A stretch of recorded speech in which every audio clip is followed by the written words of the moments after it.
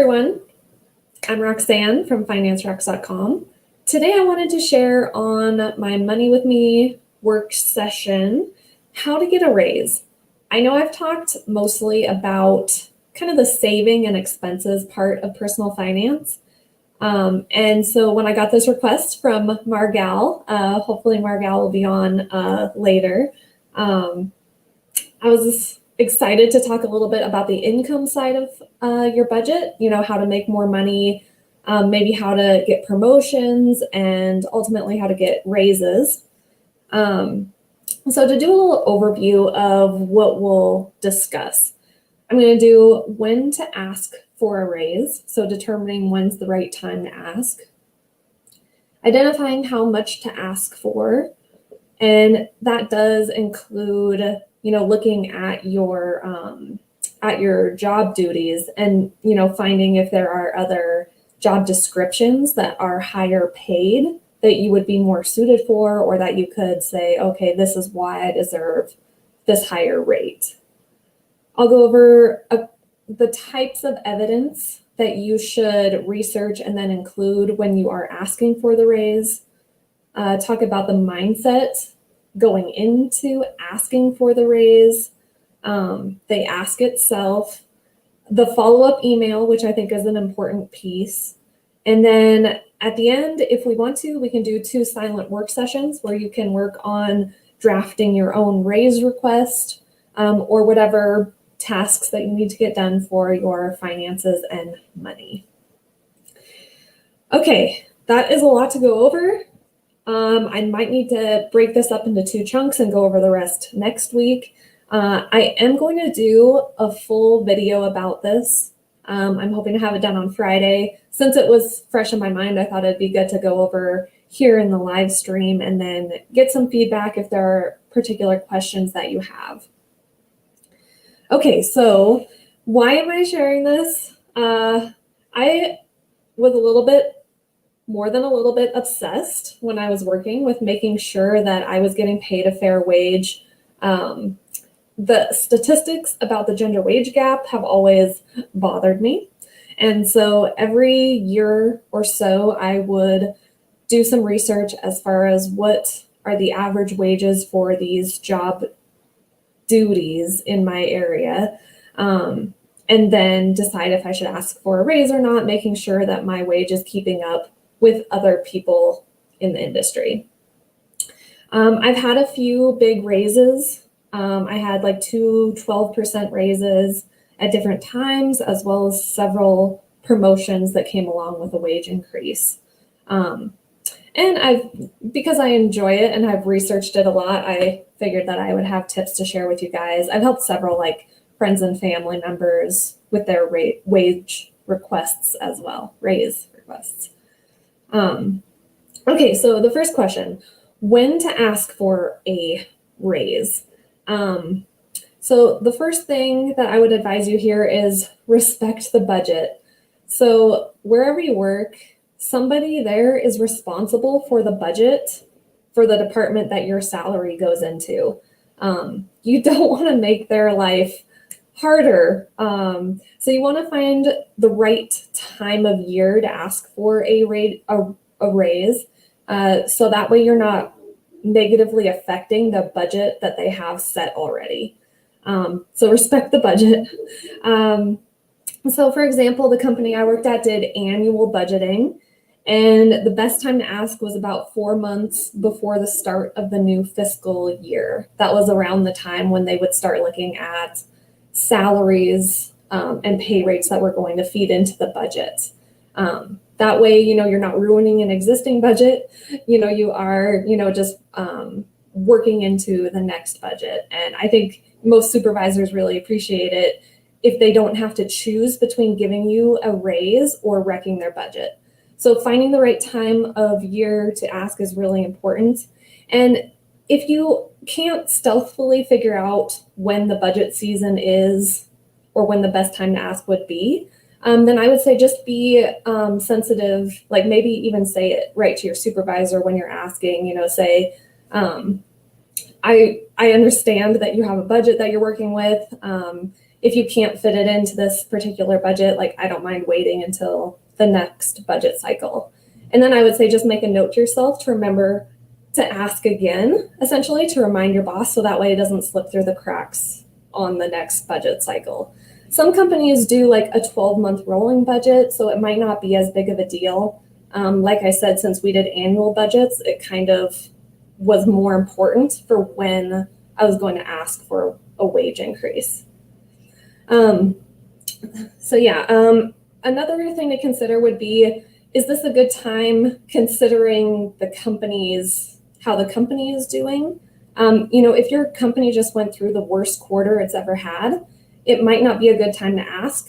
I think that when you ask it, does matter. So that might affect your odds of actually getting a raise or kind of getting the can kicked down the road a bit.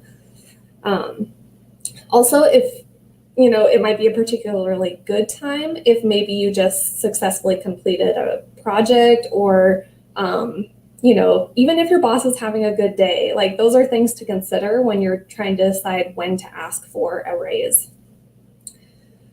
All right, so another thing to think about when deciding when to ask for a raise is the few months leading up to when you want to ask. Try to just be the best version of yourself. And I would track all of the new projects that I took on, anything I volunteered to do for the company. I'd keep a log of those in the back of my work notebook. Like I just had that last page where I would just log different things that I did that I thought were good that I could use as evidence for deserving a raise. So, kind of the months leading up to it, just try to be, on top of your game. Try to volunteer more for projects that come up especially projects that are above your pay range. So things that your supervisor might be doing. And I always thought it was a good practice just to ask my supervisor what they were working on, making sure that you know your department's goals and the goals of the company, and making sure that you are keeping those in mind and, trying to think about how you can add value to help your company get closer to those goals. Anything you can do along those lines is going to help give you more evidence to include when you're asking for that raise. So a log of badassery, essentially. Okay, let's talk about the next bullet point, which is how much money to ask for. So this can be tough to determine. I think it's really good to admit to yourself and to, your boss that it's not always very straightforward to figure out how much somebody should be paid. There's a lot of gray area. A lot of the times it'll come down to like years of experience for particular skills or particular tasks that you have to do. So I think that it is good to try to give a range if you can. So I really like to use like glassdoor.com. I'm not affiliated with them, but that was the one that I primarily used. Let me think, I think there's like PayScale, Indeed. These are websites that you can use to identify kind of what the salaries are in your particular area. And then what I used it for a lot, and what I would advise you to do, is to look not only at the rate, but look at the duties for each job description. So does that role come with as far as responsibilities? I was able to use similar jobs, which like if you go to Glassdoor, search for a particular job, it'll say, here are similar positions. And so you can look through those and say, oh, I actually am doing a lot of the tasks for this other similarly named job description.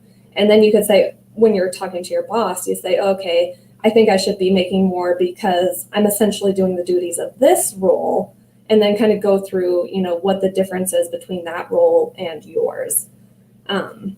So for example, I was working as a financial analyst. I think I was like financial analyst 1.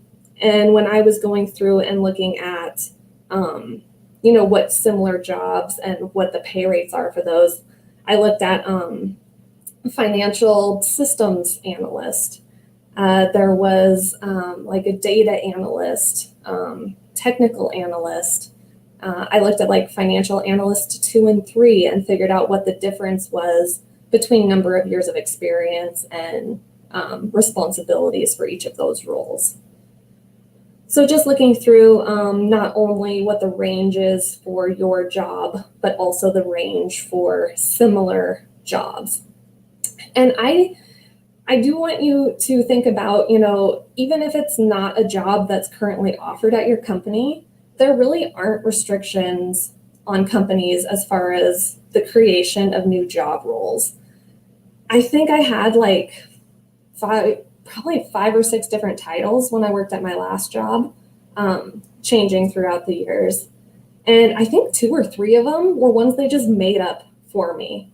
And there can be like red tape around the creation of new job titles at your company if someone's never had that particular job title. So make sure you're patient, with your boss. Like, maybe they give you the raise part, but don't necessarily change your job title. But just wanted to kind of point out that, you might look outside of your current job for, titles and roles and responsibilities that match what you actually do, not just like the one job title. Make sure that you're looking in your particular area as well. Salaries can change a lot based on different towns or different cities.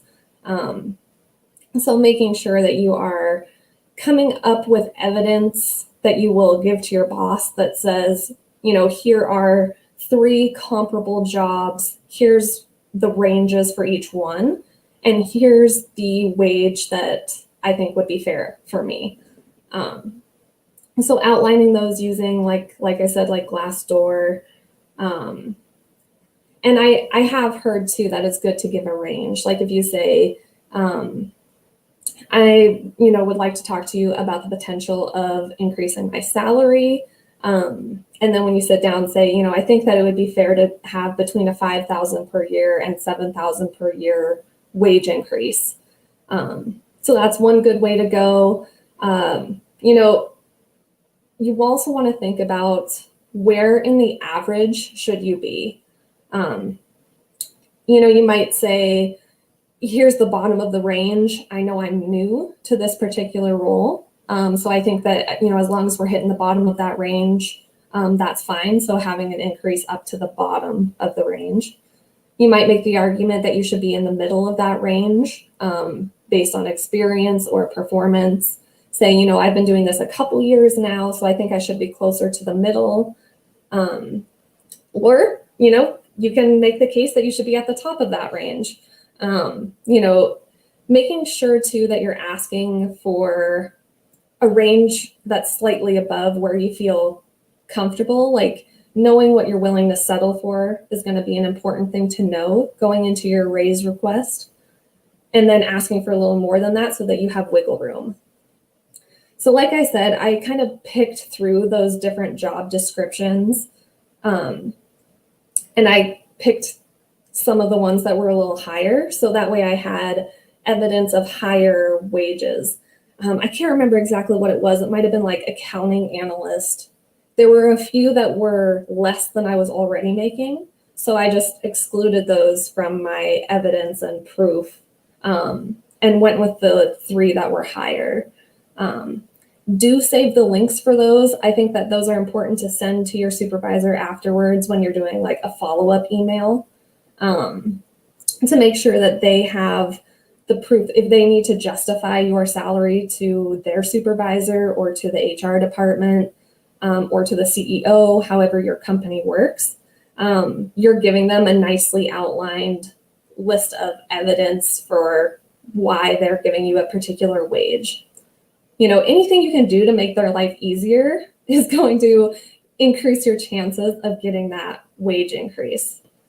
So make sure that you copy the URL when you're looking at those different job descriptions. Okay, any questions on that? I can move on to the next topic, which is types of evidence. So as you're drafting your outline, like your speaking points for when you're going to go to talk to your supervisor, as well as for your follow-up email, I like to think of two types of evidence and making sure that I give some of each. So, your boss is a human, most likely, and different people, take in information in different ways. Different things are important to them. There are going to be people that are going to, really be number oriented, and in which case they're going to really gravitate towards getting that measurable data as far as like what you've contributed to the company. And then there are people that are going to gravitate more towards soft skills, where, talking about being a team player, those kinds of things are going to really matter and going to really impress upon them that you do deserve a raise. So I try to include both. And I know it can be hard for like people that are more like soft skills to find and report that numerical data and vice versa. I tend to lean towards the like numerical black and white, like here are the numbers for why I deserve this raise. So it's more difficult for me to come up with the soft skills evidence, but make sure you include at least one of each. Try not to overwhelm your boss with too many pieces of evidence. 3 is ideal because that's like nice and concise. You don't want to draft like this massive email or like, talk to them for an hour about all of your different strengths and accomplishments. You want to try to be concise when you are putting these points together. Audrey's here. Hello, Mandaraj. LOL, she says.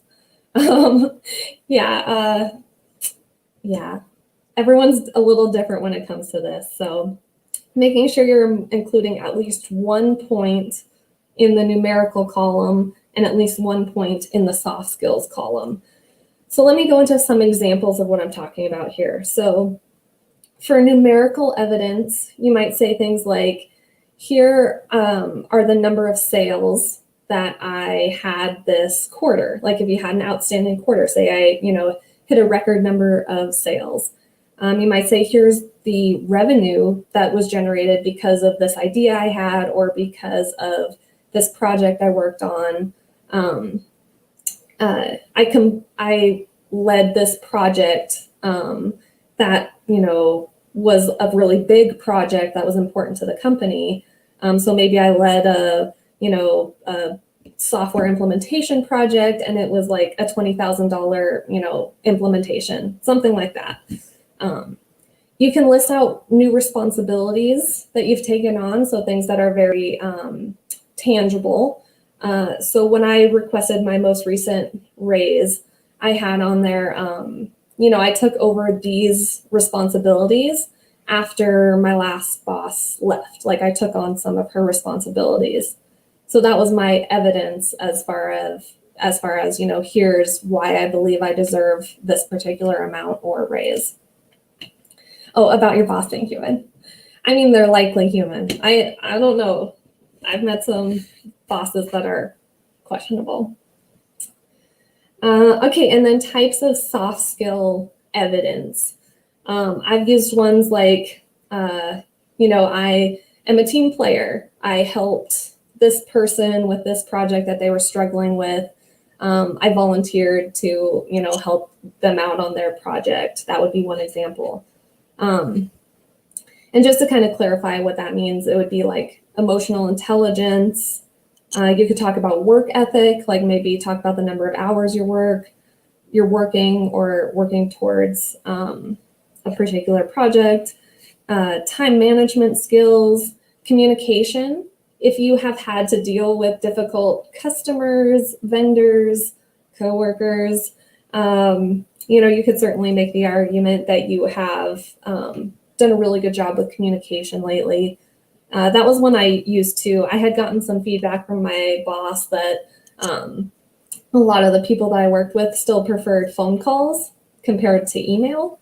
And I really prefer email. So, he had mentioned to me, try to reach out to people on the phone more, especially these particular people.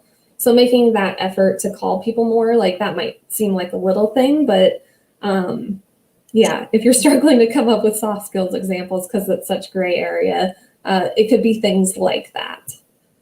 And you really want to give any kind of historical information that you can. So you would want to say when the last time is that you received your last raise.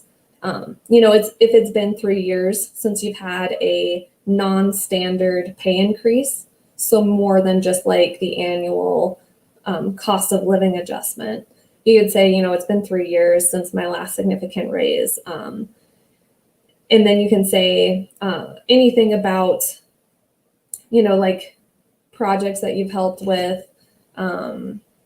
What else?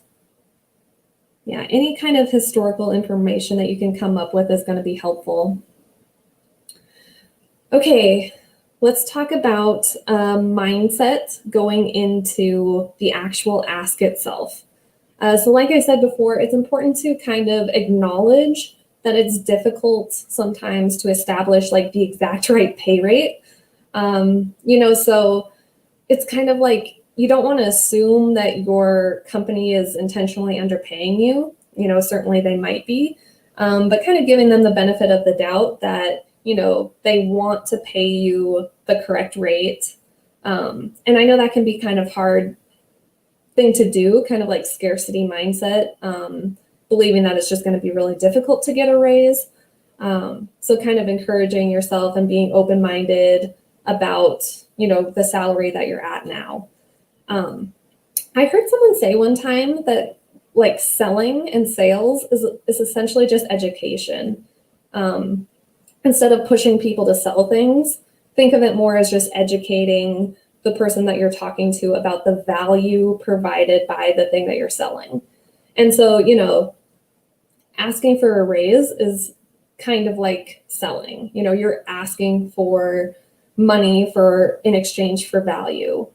So really just leaning in on the value that you've provided to the company, and just also being willing to learn and get feedback from your supervisor about why your salary is at a particular point anyway, or they might have information that you don't have about like the particular industry or rates as far as how they establish your wage to begin with. So I like to think of it as educating them and learning from them to try to come to an understanding as far as what the value is that's being provided. And, it's hard enough for people to track their own tasks. I think a lot of people think that their supervisor knows every single little thing that they do, and therefore they know that you should be making more. But I think it's hard enough for them to keep track of what they are doing most of the time. So you do want to make sure that you are advocating for yourself, tracking your own successes, wins, strengths, and then being able to use those and to point them out when you are asking for a raise. Okay, so that's all I had on mindset. If you don't have questions on that, we can talk about the ask itself. Okay, so you did all your prep work. You identified 3 salaries that are more than you currently make that you can use to, say, okay, I think I should be making more money. Here are the reasons why. You've given an example of a numerical and an example of a soft skill at least for why you deserve more money. So the first thing is practicing out loud your raise request. It can be so hard. I don't know about you, but my mouth will betray me sometimes. Like, even if I practice things in my head over and over again, I can still like choke, like almost literally, trying to actually say the words and to say them confidently. So I found it really helpful to practice out loud with a friend or family member, both with the making sure that you're saying out loud the dollar amount that you're asking for and being able to explain the reasons that you deserve that dollar amount, or, why you deserve to be in that range of salary. So practicing out loud is a really important one before you go in.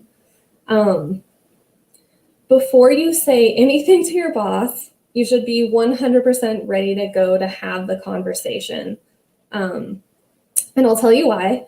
Especially the last time that I was asking for a raise, I said, okay, I'd like to talk to you about salary at our, meeting on Friday or whenever you have a chance. Would that be a good time? And my boss was like, actually, now is a good time. Does that work for you? And so I was like, okay, yeah, let's do this. And I was really grateful that I had done all the practice. I basically had my follow-up email drafted already, which I'll get into in a minute here. So I was 100% ready to go when I brought it up to my boss that I wanted to talk about salary. So just making sure that you're fully prepped before you ask your boss to set aside some time to talk to you about salary. So then when you have the meeting or it's time to talk to your boss, it is better, I've heard, to do in person if you can compared to email. Just kind of having that one-on-one kind of back and forth can be helpful. It is salary negotiation after all. So trying to do it in person if you can.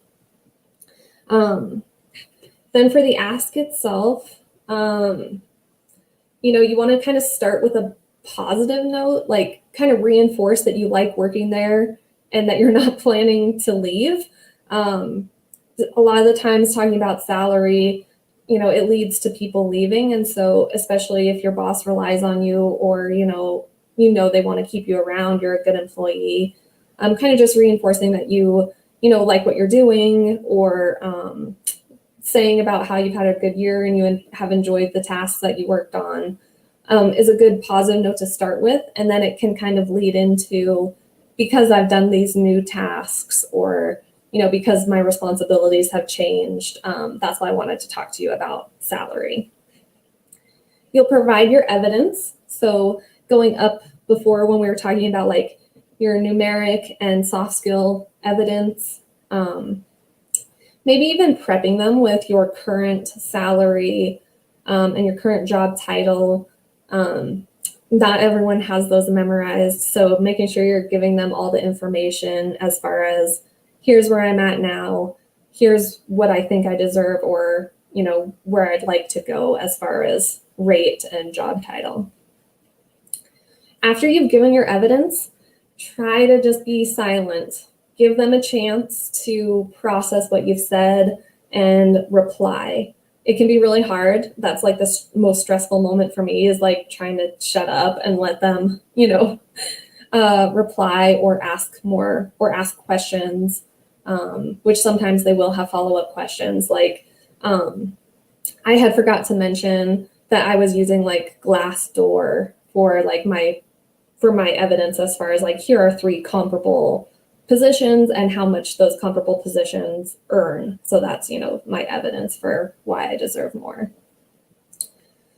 And then after they give you the reply, yes, no, maybe, not yet, whatever they say, I think that it's the perfect time to talk about the next steps in your career path, or how you can continue to provide more value so that way your wage can grow. And, especially if they say no or not yet, you want to make sure that you are understanding what it will take to get that next pay increase. So it did happen to me once, or I think once I got just a straight no, like, the budget doesn't account for it right now. This was like the first one I think I ever asked for. And, I think that it really ended it on a positive note to be asking questions like, what can I, do to increase my income, or what can I do to be more valuable to the company? Kind of just asking those questions is going to make your boss feel like you care about the organization, that you're committed to them, and that you're trying to help them with their departmental goals. just asking about, future career path helps them kind of re-cement that you are committed to working there. I know that a lot of people will like threaten to leave or mention like other job opportunities. That's not a tactic I've ever used. I would be really nervous about saying anything like that because, your relationship with your boss and the place you work is a relationship just like any other. It's going to be important to have trust between the two parties. And, if you mention that you have one foot out the door or that you're thinking about other companies, maybe then you don't come up, for future job promotions. If they think that you have one foot out the door anyway, why would they, consider you for promotions or big projects? They would hate for you to leave in the middle of a new big project. So I just think that it's important to not, you just want to reaffirm, right, the relationship that, you're committed to staying there and helping out. And then, ultimately, if you decide to leave, there's no harm in that. You're certainly, can and should go work to companies where they'll pay you what you're actually worth. But just always be looking for opportunities to get feedback on how you can improve, how you can provide them more value, and then, what you can do to progress your career. Okay, the follow-up email. So you've gone through the meeting with your boss. I think it is important as immediately as possible to send them an email with the evidence that you shared, the talking points, share the links to the Glassdoor or whatever website you use, share the links to those job positions that show, the rate that you feel like you should be at. And then the summary of your evidence. And the reason why is because sometimes your boss will have to get other approval for the raise. So whether that is through HR or their supervisor or the CEO or whatever, making sure you're giving them the information. I think that helps supervisors a lot of the time, so that way they don't have to type it up. You just are automatically giving it to them. So I think that is a really helpful thing to do. And then, like I said, you're providing the link to the website showing your proof. Okay, that's all I had to go over on how to get a raise. Do you guys want to do a work session? I just talked for 32 minutes straight. We could do a work session. If you are working on how to get a raise, you could do kind of the homework on, what are the common pay rates in my area? What are comparable job titles that I could use as evidence for my raise request? Like I said, I will have a full video about this, I'm hoping by Friday. And I'm going to actually share the email that I sent my boss and kind of go through line by line as far as, why I said what and, what I could have done differently. And it has in there my 3 examples that I pulled from Glassdoor as far as industry averages. I was also curious if anyone on the channel is actively trying to get a raise right now or preparing to ask for a raise. If you wanted to share the job title that you are looking at in the city that you live in, I could do some of the analysis and use yours as an example. And then, you could straight up use the research that I do for asking for your raise. But like I said, I'll definitely use my example by financial analyst research. So that's all I have. Thank you guys for watching. I kind of stumbled through that. It's been a weird day. But anyway, let me know if you guys are trying to get a raise yourself. When was the last time you got a raise? If you're due for one. And that's all I have for you. I'll let you guys go. Thanks so much for watching. And live streams are every Tuesday night, same time, 7 p.m. Eastern, 5 p.m. Mountain Standard Time. And I missed my last weekly planning session on Sunday, but I also will be doing live streams on Sunday nights, same time for weekly planning. Before we go, Mandaraj, I'm topped out in my position. Yes to the work session. I need to update today's banking. Okay, yeah, we can go ahead and do one. Let me see, I've not shared my screen yet. So go ahead and pull this up. So if you haven't done a silent work session before, I'll go ahead and mute myself, turn on the timer for 5 minutes. Feel free to work on anything that you need to be working on. That might be a budget update, might be categorizing your spending for the month, trying to research ways to make more money. Yeah, it's hard. I know that there are caps on some positions, like Audrey mentioned. Yeah, I always worry about that too. Like some employers just don't seem very open to the idea of giving raises for particular jobs. So yeah, that's a tough one because then you have to decide if you're going to try out a different career or do, something else. Yeah, I do think it's still good though to try to research similar ones and try to make the case that you should be in a different position within your company. Because like I said, I had, I think, 2 roles that they created just for me at my last job. I know not every company does that though, so I'll admit that. Okay, I'm rambling. Let's go ahead and start our silent work session. In 3, 2, 1, go.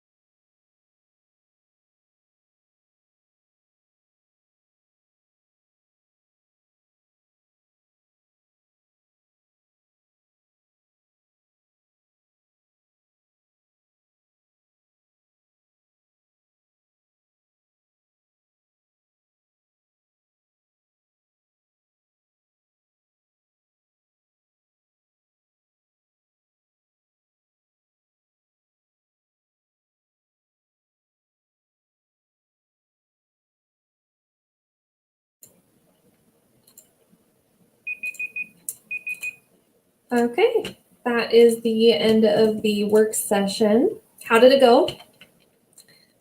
Did you get your, what was it we said? Oh, did you get your banking done? Or whatever it was you were working on?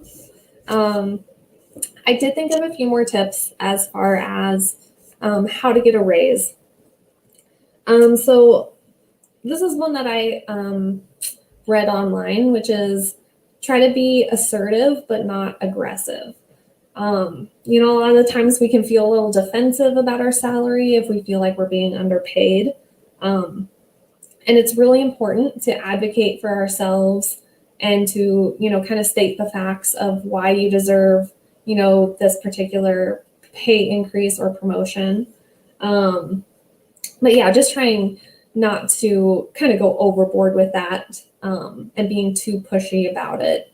And I think that if you are, kind of being open-minded about, why it's difficult to calculate pay rates in the first place, then I think that'll be an easy step to accomplish. But yeah, so trying not to be too aggressive about it.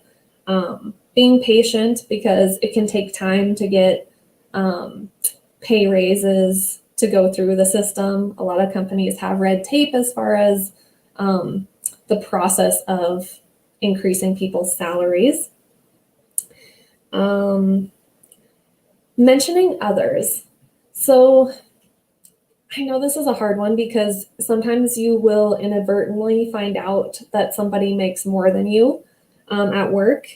And I think because it's so hard to figure out like how much each person should be paid, I think it muddies the water more if you bring up someone else's salary, because then you have two people and you're essentially trying to establish how much each of them should be paid in comparison to each other. Also, I think that sometimes it can come off sounding jealous or kind of petty to mention like someone else's salary. I think that it is a lot more beneficial to focus just on your own value, contribution, badassery that you've contributed to the company instead of comparing yourself to others or their wages to someone else.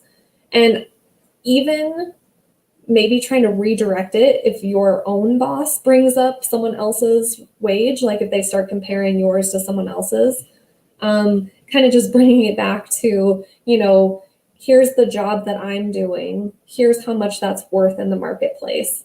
Kind of bringing it back to that, I think is going to be really helpful for staying on track and making sure that you're getting paid based on your performance and the value that you're bringing.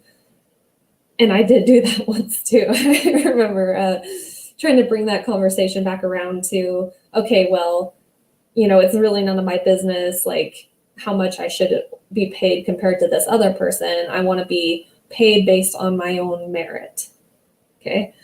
And then I did just want to mention discrimination, real problem, not legal. I try to give people the benefit of the doubt and say, it's really hard to say with 100% certainty if you're being discriminated against with your salary, whether it's, racial discrimination, sex, disability, whatever it is. I'm really trying to give the benefit of the doubt that, there might be factors that you don't know that might be causing someone to get paid more than you. Certainly there are times when you don't know about a certification that maybe one of your coworkers has. Maybe they had, more years of experience in their last job doing this particular skill that you don't know about. But like I said, it's a real problem. If you ask for the raise and you don't get it, and, it's certainly something to look into. I've never gone through that, making the legal case for discrimination. I know you should be really careful to try to not bring it up when you are asking for a pay raise.